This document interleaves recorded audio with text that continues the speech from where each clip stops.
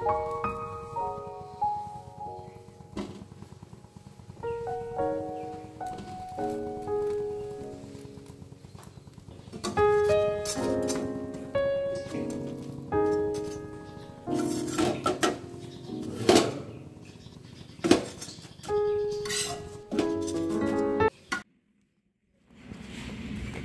everyone, good morning. Welcome back to my channel.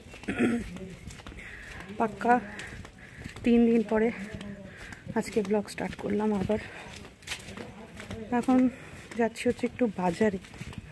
বলি সকালে school যাওয়ার সময় বলে গেল যে মা আজকে একটু চিকেন করো না, তো সেই জন্যই যাচ্ছি একটু চিকেন আনতে। আর দেখি একটু যদি পেঁয়াজ কলি বা পেঁয়াজ শাক যদি পাই তাহলে নিয়ে আসবো। মিস্টার দাস আসানসোল আছে ওর নিজের কাজে, সকাল সকালে বেরিয়ে গেছে। ওর আবার আজকে 2টো থেকে ডিউটিও আছে। প্রথমে ভেবেছিলাম যে যাব না, এমনি নর্মাল ঘরে যা আছে তাই করে দেবো, কিন্তু এমনিতেই বাজার টাজার করা হয় না, 2-3 দিন যাব। তারপরে আজকে থাক, বলি চাইলো খেতে, না করব। এখানে ভালো গরম পড়ে গেছে, আর এখন ওই 10:30 মতন বাজে। এখনই কি রোদের তাপ। আর কিছুদিন পরে এই টাইমেও বেরোনো যাবে না, এর থেকে সকাল সকাল বেরোতে হবে।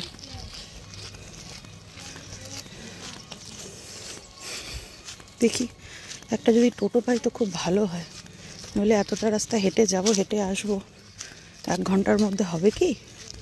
আবার 11টা 15-20-র মধ্যে ওলি চলে আসবে।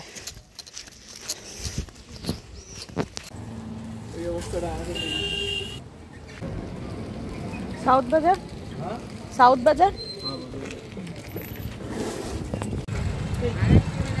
100 টাকার দাও।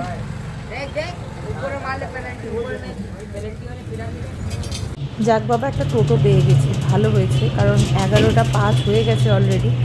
আর পেঁয়াজ শাক না পেলাম না, মনে হয় গরম পড়ে গেছে ওই জন্য উঠছে না নাকি। আর পেঁয়াজ কলিও ভালো ছিল না।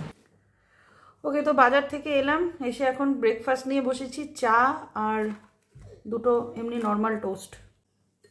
এত খিদে পেয়ে গেছে,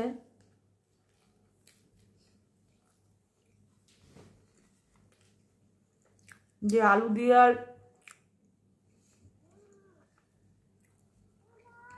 ভেতরে স্টাফ করার আর সময়ই হলো না।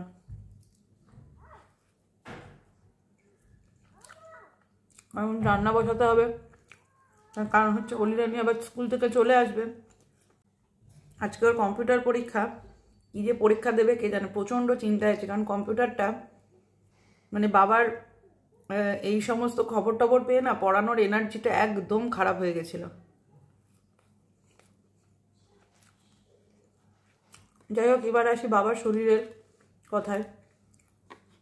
বাবার জলটা বার করে নিয়েছে, ঠিক আছে, এখন ক্রিয়েটিনটা কমছে না, আর জল আবারও জমছে, নতুন করে জমছে। তো এটা ক্রিয়েটিনটা যতক্ষণ না কমবে ততক্ষণ অবধি জলটা মানে হতেই থাকবে। আর হিমোগ্লোবিন কমে যাওয়াতে ডায়ালিসিসও এই মুহূর্তে দিতে পারছে না, তো সেই জন্য আজকে ছুটি করিয়ে দেবে, ছুটি করিয়ে বাড়িতে নিয়ে আসবে, 7 দিন রাখবে। আর চণ্ডীগড় থেকে যে কন্ট্যাক্ট করা হয়েছিল, তো ওখানে না ওষুধপত্র সব পাঠিয়ে দিয়েছে। তো আপাতত আমরা সবাই মিলে, মানে আমি, মিস্টার দাস, তারপরে বোন, সৌরভ, আমরা সবাই মিলে এটাই ডিসিশন নিয়েছি যে আপাতত চণ্ডীগড়ের ওষুধটা কয়েকদিন কন্টিনিউ করা হোক 7 দিনের জন্য। কারণ চণ্ডীগড় থেকে বলেছে যে আমাদের ওষুধ স্টার্ট করলে 7 দিনের মধ্যে কিছু আপনি বুঝতে পারবেন। যদি দেখি যে না কিছু হলো না, 7 দিন মানে 7 দিন পরেই তো আবার ডায়ালিসিসের জন্য প্রসেসিং স্টার্ট হবে, তো 7 দিন বাবাকে বাড়িতেই রাখতে বলেছে। তো ততদিনে আমাদেরকে ওষুধপত্র দিয়েছে, তো আমরা এই ওষুধও চালাচ্ছি। আর চণ্ডীগড় থেকে যা যা ওষুধ দিয়েছে সেই ওষুধও চলবে। তো দুদিকে মানে 2 রকমের ওষুধই চালাচ্ছি, চালিয়ে যেটাতে কাজ হয়। কারণ ডায়ালিসিসটা 1.5 মাস পরে শুরু হবে, তো 1.5 মাস আগে নাকি ডায়ালিসিসের কিছু নিয়ম আছে যে একটা চ্যানেল করতে হয় যেটা শরীরের ভেতরেই থাকে। তো এইসব নিয়ে না কোনোদিনও মানে ঘাটিনি, জানি না।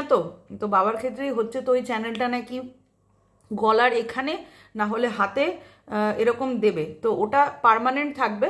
তারপরে ওই চ্যানেলের মাধ্যমেই নাকি ডায়ালিসিস দেওয়া হবে, তো এরকমই ডাক্তার বলেছে। তো আপাতত ওই জন্য যেহেতু হিমোগ্লোবিন কম, ওটার জন্য আবার ওটিতে নিয়ে যেতে হবে। তো সেই জন্য ডাক্তারও বললো হিমোগ্লোবিন কম যখন, আর বাবার সোডিয়াম পটাশিয়াম কমে যাওয়াতে বাবা উল্টোপাল্টা বকছে, চিনতে পারছে না, মাঝে মাঝে অনেক সমস্যা হয়ে গেছে হঠাৎ করে। তো সেই জন্যই ডাক্তার বললো যে আপাতত কয়েকদিন ওনার বাড়িতে নিয়ে যান। সাইকিয়াট্রিস্টকে দেখানো হয়েছে, সাইকিয়াট্রিস্ট বলেছে যে কোনো রকম প্রেশার ওনাকে মানে দেওয়া যাবে না। তো এই চতুর্দিকের কথা ভেবেই আর কি এখন আপাতত বাড়িতে নিয়ে আসবে, 7 দিন রাখবে, 7 দিন পরে আবার ডায়ালিসিসের কথা ভাবা যাবে। তো আপাতত বাবার কন্ডিশন এটাই, জলটা বেরিয়ে গেছে আর কিরিটিনটা কমছে না। কিরিটিনটা কমানোটাই মেন, কারণ কিরিটিনটা কমলে না সব কিছু ঠিক হয়ে যাবে, সব কিছু। তো ওই জন্যই চণ্ডীগড়ের ওদেরকে বলা হয়েছে সমস্ত কিছু ডিটেলসটা। তো ওরা বললো যে ওষুধটা শুরু করে দিন, আর অ্যালোপ্যাথিকটা যেটা চলছে সেটা হোক, আর চণ্ডীগড়ের ওটা হচ্ছে আয়ুর্বেদিক। তো আমাদের ওষুধও চালান, ওই ওষুধও চালান, মানে দুটো ওষুধই চলবে। কিন্তু মানে আয়ুর্বেদিকে তো কোনো সাইড এফেক্ট নেই, তো সেই জন্যই একদিকে নিশ্চিন্ত।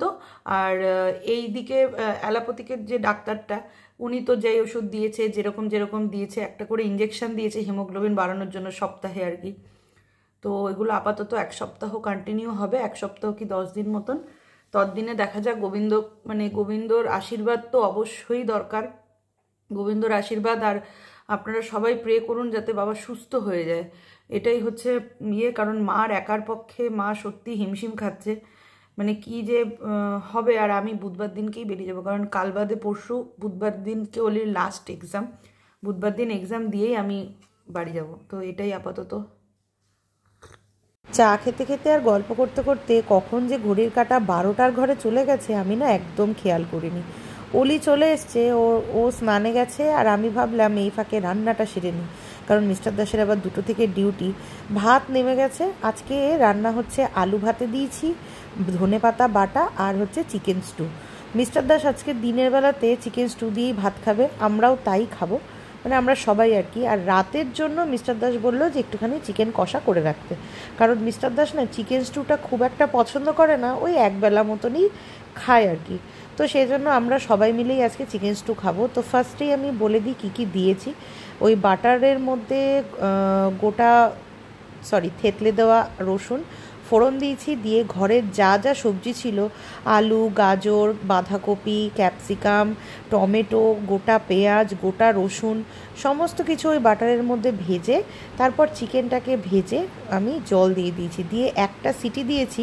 সিটি দেওয়ার পরে একটুখানি ভালো করে নেড়ে নিয়ে আর একটুখানি ফোটাবো। আমি একটু জলটা বেশিই রাখছি, কারণ একটু সুপি সুপি হলে না বেশ ভালো লাগে খেতে। তো নামানোর আগে আবার একটুখানি বাটার আর হচ্ছে গোলমরিচের গুঁড়ো দিয়ে নামিয়ে নিলেই ব্যাস রেডি। ওয়েদার চেঞ্জের সময় ঠান্ডা লাগলে এই গরম গরম চিকেন স্টুটা খেলে যা মারাত্মক কাজ করে না। এই যে অলিরানি স্কুল থেকে চলে এসছে, ওকে আমি চিকেন দিয়ে ভাত মেখে দিয়েছি, চিকেন স্টু দিয়ে। কি খাচ্ছে অলিরানি আজকে? চিকেন। খাও। হ্যাঁ, থ্যাংক ইউ। চিকেন করেছি বলে তুই তো বললি সকালবেলা স্কুল যাওয়ার সময়, ওই জন্য ভাবলাম যে থাক একটু করে দিই, খা। চলো তাড়াতাড়ি ফিনিশ করো। ভালো হয়েছে? ভালো লাগছে না আমি জানি, হ্যাঁ। তো চিকেন স্টু এরকমই খায়, চিকেন স্টু কেউ ওরকম লাল লাল ঝোল খায় নাকি? চিকেন স্টু এরকমই খায়। আমি ইচ্ছে করে আজকে চিকেন স্টু বানালাম। কত লাল লাল ঝোল খাবি বল? আসছে। Hey everyone, good evening. তো আমি পুরো রেডি বিয়েবাড়িতে যাওয়ার জন্য। আমি না মানে বুঝে উঠতে পারছিলাম না যে কীরকম শাড়ি পরবো, কীরকম সাজবো। আমি একদমই light, just face powder apply করেছি, কাজল, লিপস্টিক আর হচ্ছে একটা টিপ, ব্যাস এই। আর হালকা একটু জুয়েলারি পরেছি, কারণ আমি না বুঝতে পারছি না যে মানে এদের কীরকম হয় না হয়। আর এই শাড়িটা আমি পরেছি, এই হচ্ছে শাড়িটা। এটা বোন আমাকে দিয়েছিল, গত বছর তার আগে মানে ওর বিয়ের প্রথম বছরে পুজোতে আমাকে দিয়েছিল, তো এটা একবারই পরেছিলাম আর পরা হয়নি। তো ভাবলাম যে আজকে পরে নিই। আর আমার না শাড়ি পরাটা আজকে ভালো হয়নি, মানে কেমন যেন একটা হয়েছে, ওই জন্য মনে হচ্ছে যেন কেমন একটা এত বড় একটা পেট বেরিয়ে আছে, বাজে দেখাচ্ছে। তো যাই হোক, রেডি যখন হয়ে গেছি, বাজে দেখা যাই দেখাকে এই হিসেবেই যাব। আর এই যে অলিরানি, এই যে অলিরানি কি ব্যাগ নিয়ে নেবো। অলিরানি এই ড্রেসটা পরেছে, এই গ্রিন কালারের ফ্রকটাও অনেক দিন পরে পরলে, এটা মা ওকে দিয়েছিল কোনো এক বছর পুজোতে। বল, চলো, সুন্দর লাগছে, সুন্দর লাগছে।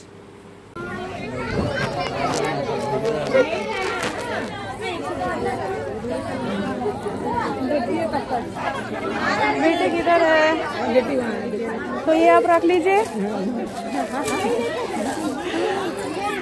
কখন এসছো? এই তো এই এলে না, আমার বিয়া নাই এখন পড়বো। তাও যাচ্ছে লোক, অত শুনছে, অতই হচ্ছে, তো যাচ্ছে। হ্যাঁ, মানুষের ভিড়ও, ট্রেন।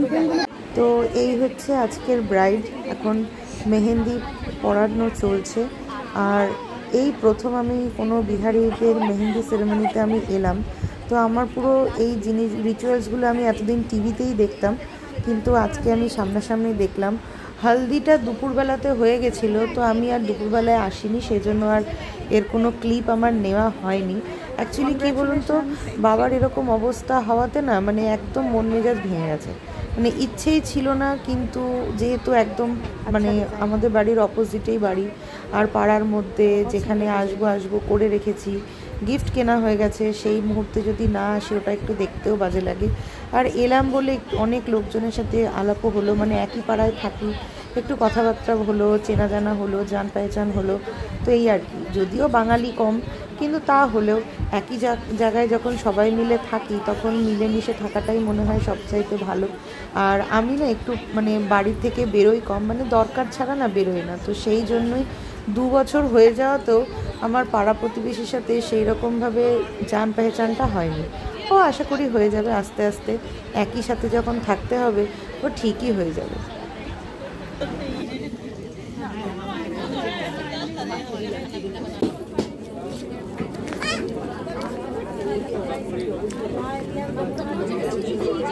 এদিকে আমরা খাওয়া দাওয়া করে বাড়িতে চলেও এলাম, আর মিস্টার দাসকে দিয়ে দিয়েছি খেতে। কেমন খাচ্ছ?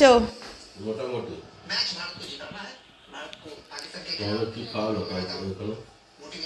আমাদের ভেজ খাওয়ালো।